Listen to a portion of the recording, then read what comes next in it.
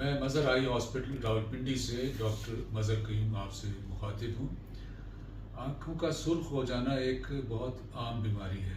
عام طور سے تو یہ جس کو کہتے ہیں آنکھیں دکھنے آ گئی ہیں، یہ سامنے کا جو سفید حصہ ہے اس میں انفیکشن یا الرجی ہو جاتی ہے تو سرخ ہوتی ہے۔ لیکن 2-3 سیریس بیماریاں بھی ایسی ہیں، جیسے کہ آنکھ کے اندرونی جھلی آئرائٹس میں انفلیمیشن یا سوزش ہو جائے، اور یا درد کے ساتھ آنے والا جو اچانک آنے والے کالے پانی کی بیماری ہے۔